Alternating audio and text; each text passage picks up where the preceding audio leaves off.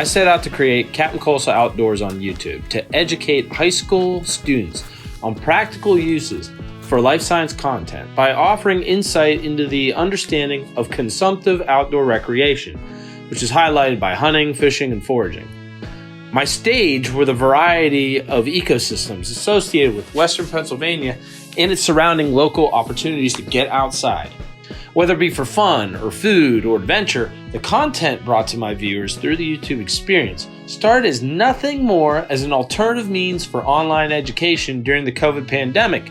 I'd like to think that during a time of radical educational experimentation, the outdoor antics of Captain Coleslaw provided a successful glimpse of what online environmental education can do to enhance student understanding of science, and maybe even inspire them to get outside and try to make some memories happen for themselves. All that said, in order to try and achieve that goal, Captain Coleslaw Outdoors became personal and undoubtedly a lifestyle choice unlike anything I would have dreamt up prior to COVID. Over 100 episodes later, my perception of editing videos for YouTube has maturated, as have the wrinkles on my face and the hair colors in my beard. I'd hope one can hardly find fault when I say that editing YouTube videos purposefully started coming off as more of a thief of time rather than an investment in it. The online media, which took hours of filming and editing to produce, began to become exhausting and ultimately futile without a COVID-driven audience to validate the hard work.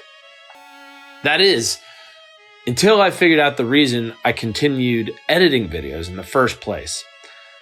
It wasn't the YouTube stardom that I was trying to achieve, which drove me to delve into nature. It was and has always been the wildlife and the wild spaces themselves, which enamored me and fueled my creative mind. What I've begun to figure out is that the identity of my videos aren't best described as lessons captured or time-tested tutorials for outdoor success. Rather, they are cherished memories in their most visible, shareable form. What I mean by that is that they're memories which remind me of the wild, explorative young man I've always been and I always want to be, even with age. They're memories with new friends I've made from completely different walks of life who share the same love for Mother Earth and her creation as I do. They're memories of the rich family traditions from the past, which have inspired myself to manifest into the outdoor enthusiast I am in the first place.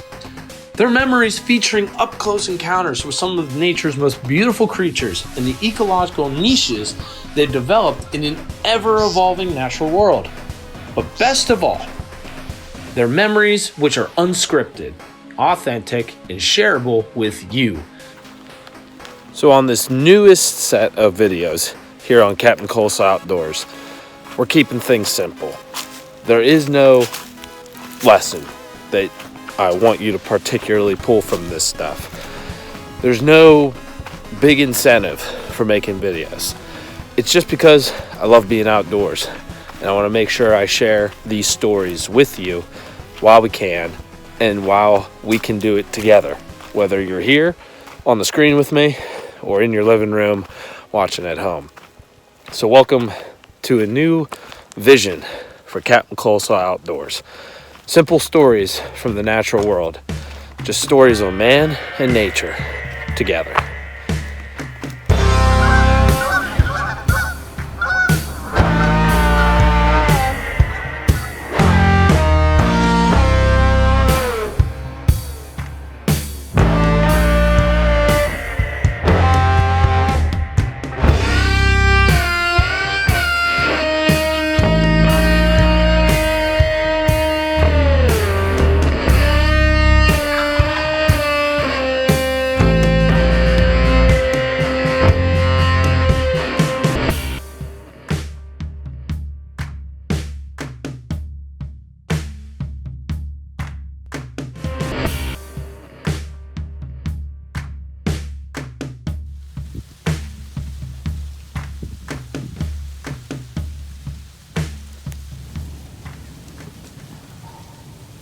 Oh yeah, welcome back to Captain Coleslaw Outdoors with yours truly, where it's man and nature together. And this is what I like to call camp. So we're up in the Allegheny National Forest, where my old man and his brothers, my Uncle Lou, my Uncle Chris, have had this camp now for decades. And this is where I learned to be an outdoors person, from squirrel hunting to deer hunting and all the traditions that were made here with friends and family, chasing bucks. A lot of empty days, but a lot of full bellies with good meals. This is the little humble, beginnings to all the things that you've seen here on the channel. And sitting over there under the meat pole is today's quarry. So it is whitetail deer opening rifle season. We had a little bit of action happen for you guys here on the channel, which is amazing, because I wanted to show you nothing more than what it's like to shoot a deer at camp for the camera. Last year, we tried coming up here and making it happen as part of the Reason series, and we saw some buck, but we didn't actually pull trigger on the doe, although we did get some unbelievable sights and footage from that time. Well, I wanted to kind of bring you guys the humble ending to this story. Bagging a deer at camp for you, as I have done for years in the past.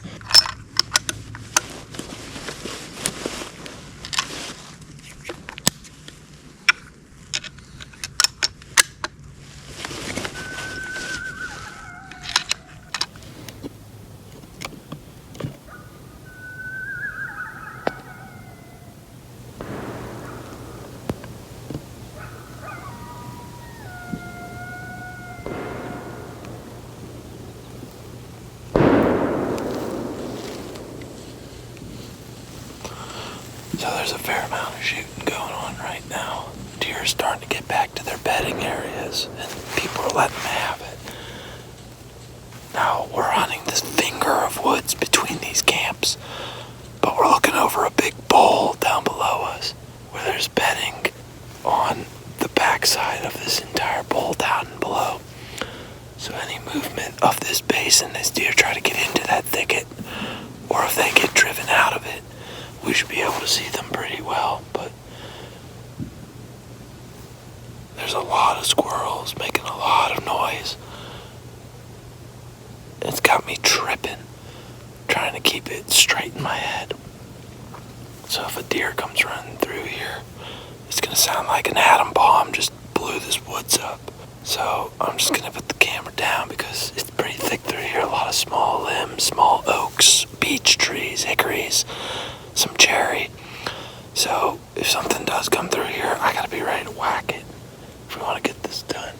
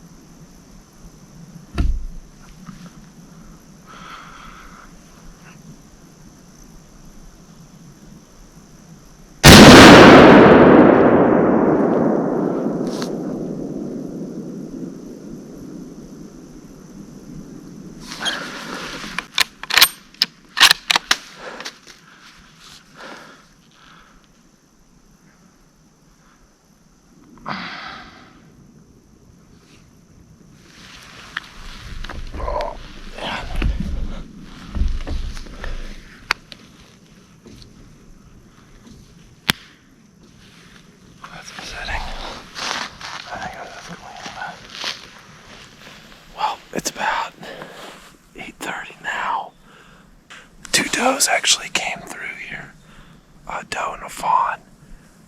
I didn't have any good shots, but I did try to squeeze one off on the lead doe, and think I just hit a tree or something.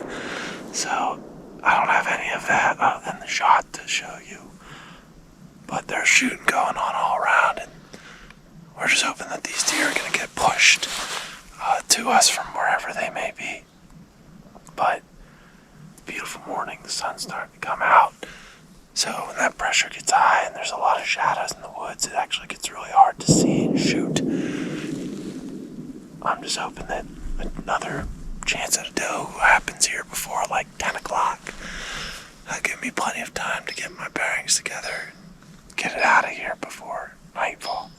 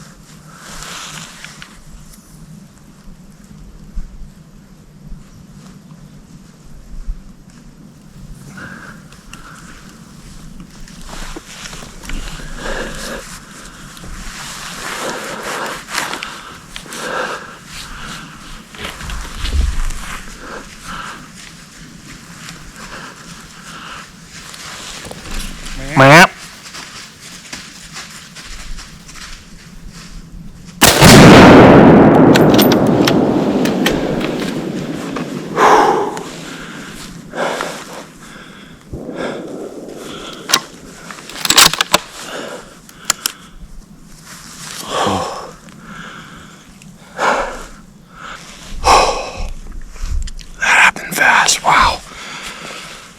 3 does just came running down through the woods. They sound like freight trains compared to all these squirrels. And that's a huge doe.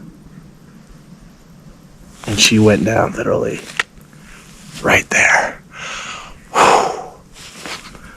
Man. There's still a small one. There's another big one that went down. I tried to grunt to stop them, and the big one spooked. Well, I didn't realize it, but my scope was on like full power. So by the time I pulled up on a deer, there was just this giant doe literally right in my sights.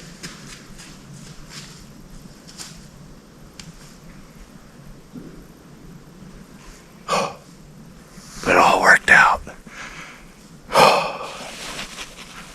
We got one. We got a deer at deer camp for you. And that is exactly what I set out to do. Just a short little fun mini video.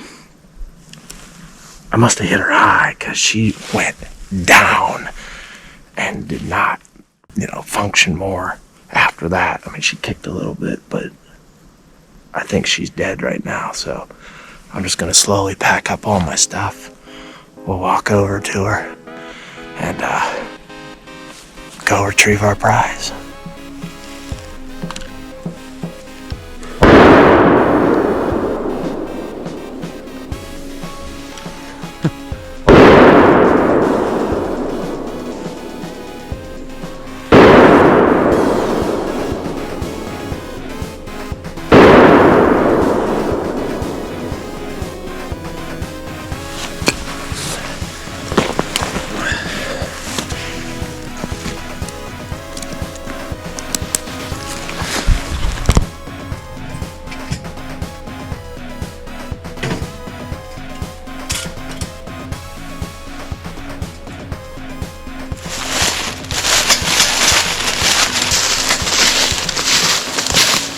Dang, there she is.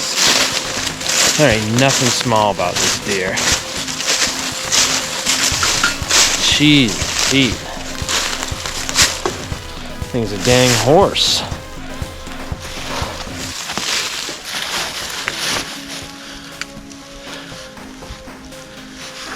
You know, shooting a doe like this in National Forest ground is about as rewarding as it is shooting a buck anywhere else, honestly. I mean, this is where I grew up hunting.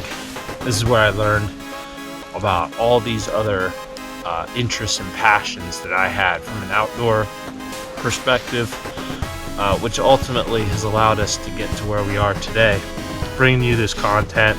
It's always a reflective time when you harvest one of these animals. Somehow we managed to do it for you, and we had a great time doing it. So thanks for watching this episode of Captain Coleslaw Outdoors. Make sure you like and subscribe. This is just a man and nature working together. Till the next one, hope you enjoyed this little nostalgic rifle hunt experience.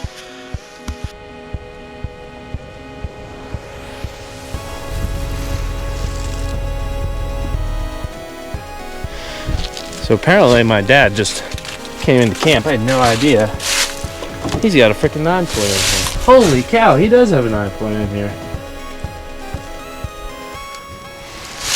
Good day to be on the freaking woods. Holy crap.